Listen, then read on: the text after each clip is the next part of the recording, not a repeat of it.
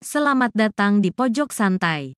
Sebelum Anda mendengarkan audiobook ini, kami menginformasikan bahwa channel ini adalah review audio dari buku yang ada di Indonesia. Untuk membaca keseluruhan buku ini, kami menyarankan membeli buku aslinya di toko buku kesayangan Anda, baik offline maupun online. Keberadaan channel ini dimaksudkan untuk membantu Anda mendapatkan pengetahuan dari buku-buku kesayangan Anda. Jangan lupa untuk subscribe, like, dan komen. Selamat datang di Pojok Santai, channel khusus yang membahas komik dan novel dengan cara asik. Wiro Sableng alias pendekar kapak maut naga geni 212 benar-benar dibuat pusing oleh orang tua penolongnya. Seperti apa? Yuk langsung saja disimak video berikut ini.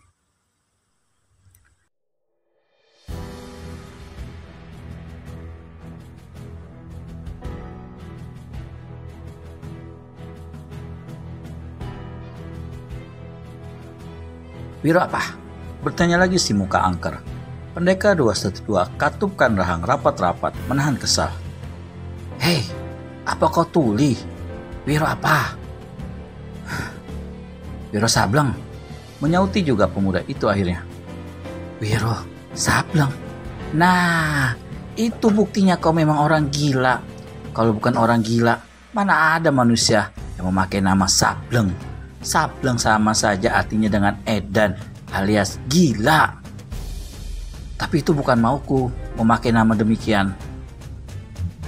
Aku tahu orang tuamu yang memberikan nama itu padamu. Bukan, tapi guruku. Potong Wiro Sableng. Kalau begitu berarti gurumu juga Sableng alias keblinger. Marah pendekar 212. Dia melangkah ke hadapan si muka angker dan menghardik. Orang tua, jangan hina guruku. Wiro kerahkan tenaga dalamnya dan menyentak dengan keras. Selain tubuhnya masih lemah, benang aneh yang melibat lengannya kuat sekali hingga tak sanggup diputuskan oleh sentakan itu. Si muka angker sebaliknya tertawa melihat perbuatan Wiro dan berkata, jangankan kau, gurumu dan nenek gurumu sekalipun belum tentu sanggup memutuskan benang kayangan ini. Orang gila, aku sudah tahu namamu. Sekarang lekas beritahu Gan, kamu punya gelar. Aku tak punya gelar apa-apa, jawab Wiro. Tangannya yang tadi disentakkan untuk melepaskan libatan benang kayangan terasa sakit dan pedas. Jangan berani dusta terhadapku orang gila. Sekali ku sentakkan benang ini dalam jurus kilat menyambar puncak gunung, pasti lenganmu akan putus. Kalau hatimu memang jahat begitu rupa, mengapa tidak segera dilaksanakan? Tukas Wiro Sableng menantang. Orang tua itu mendelikan matanya sehingga kelopaknya yang merah membuka lebar dan tampangnya jadi tambah mengerikan. Tiba-tiba dia tertawa gelak-gelak. Orang gila, kau memang pandai bicara. Pertanyaanku tadi anggap saja tidak ada. Tapi sebagai gantinya, lekas kau beritahu nama gurumu. Aku bukan seorang yang suka agul-agulkan nama guru. Jadi, kau tidak mau beritahu? Tidak, jawab Wiro Sableng dengan tegas. Si muka angker mendelik. Hidup 80 tahun, kau adalah orang yang kedua yang pernah membangkang terhadap perintah si tua gila ini.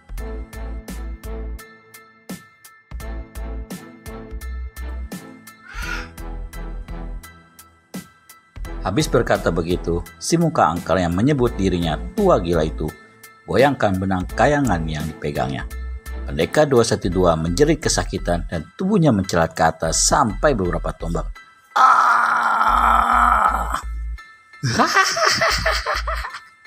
Tua gila tertawa gelak-gelak dan diam-diam perhatikan gerakan jungkir balik yang dibuat Wiro Sableng sewaktu melayang turun dan menjejakkan kedua kakinya di tanah. Gerakan kincir padi memutar yang belum sempurna hendak dipamerkan di depan hidungku. Mana sih? Ejek tua gila lalu tertawa lagi gelak-gelak. Wiro Sableng terkesiap kaget. Baru hari itulah seseorang mengenali gerakan yang dibuatnya. Memang Sewaktu dia jungkir balik tadi, dia telah mengeluarkan gerakannya dinamakan kincir padi memutar yang dipelajarinya dari Eyang Sinto Gendeng. Sewaktu dia digembleng di puncak Gunung Gede. Sebenarnya, gerakan tersebut sudah dikuasai Wiro dengan sempurna. Namun karena gugup, terkejut, dan ditambah dalam keadaan tubuh lemah, maka gerakan itu menjadi tidak sempurna. Jika sekiranya Tua Gila menyusul dengan satu serangan lagi, pastilah Pendekar 212 Wiro Sableng akan mendapat celaka. Untung saja si muka angker itu hanya terus duduk dan tertawa gelak-gelak. Wiro berdiri dengan napas sesak dan muka pucat. Matanya tiada berkesip memandang si orang tua. Jika dia dilakukan begitu terus-terusan, caci maki, diserang dan ditertawakan sampai berapa lama dia akan sanggup menahan kesabarannya. Sampai berapa lama dia akan menghormati orang tua itu sebagai tuan penolongnya? Pada siapa dia telah berhutang budi dan nyawa? Hei, kau masih mau membangkang? Wiro tak menjawab. Tua Gila berkata, mengingat bahwa kau telah menyelamatkan seorang anak laki-laki yang bakal kuambil jadi muridku, maka kuampuni jiwamu, orang gila. Orang tua, aku tak bisa menerima perlakuanmu yang keterlaluan. Perlakuanku apa yang keterlaluan? Bentak Tua Gila marah sekali. Manusia tidak tahu diri, sudah diampuni jiwanya, malah mengomel. Ayo lekas katakan, siapa nama gurumu? Kau bunuh pun, aku tak akan memberitahu. Apa kau tidak takut mati? Kenapa mesti takut? Jawab Wiro pula. Tua Gila tertawa pendek dan berkata, haha, apa di dunia ini betul-betul ada manusia yang tidak takut mati? Semua manusia akan mati, orang tua, juga kau. Tua Gila tersentak oleh ucapan Wiro Sableng itu. Selama puluhan tahun hidup, tak pernah dia ingat tentang kematian sekalipun. Sudah berpuluh kali melihat manusia-manusia lain menemui kematian. Ucapan Wiro tadi menyentakkan hati dan mengingatkan pikirannya pada hal kematian itu. Betapa mengerikannya kematian itu, dan tiada terasa 2 butir air mata menuruni kelopak matanya yang lebar, turun menetes pipinya yang cekung. Wiro Sableng merasa heran melihat hal ini. Si orang tua yang begitu keras, adat, galak, tertawa tak karuan dan aneh, nyatanya juga bisa menangis keluarkan air mata. Suasana menjadi sunyi untuk beberapa lamanya. Tiba-tiba Tua Gila ancungkan telunjuk tangan kirinya ke dada kanan Pendekar 212 Wiro Sableng. Apa arti angka 212 di dadamu itu? Wiro baru sadar bahwa waktu itu dia cuma mengenakan celana panjang saja, sedang tubuhnya bagian atas tiada berbaju. Karena sewaktu peristiwa perahu terbalik, dia telah mempergunakan bajunya untuk mengikat anak laki-laki yang ditolongnya. Guruku yang menuliskannya, kata Wiro.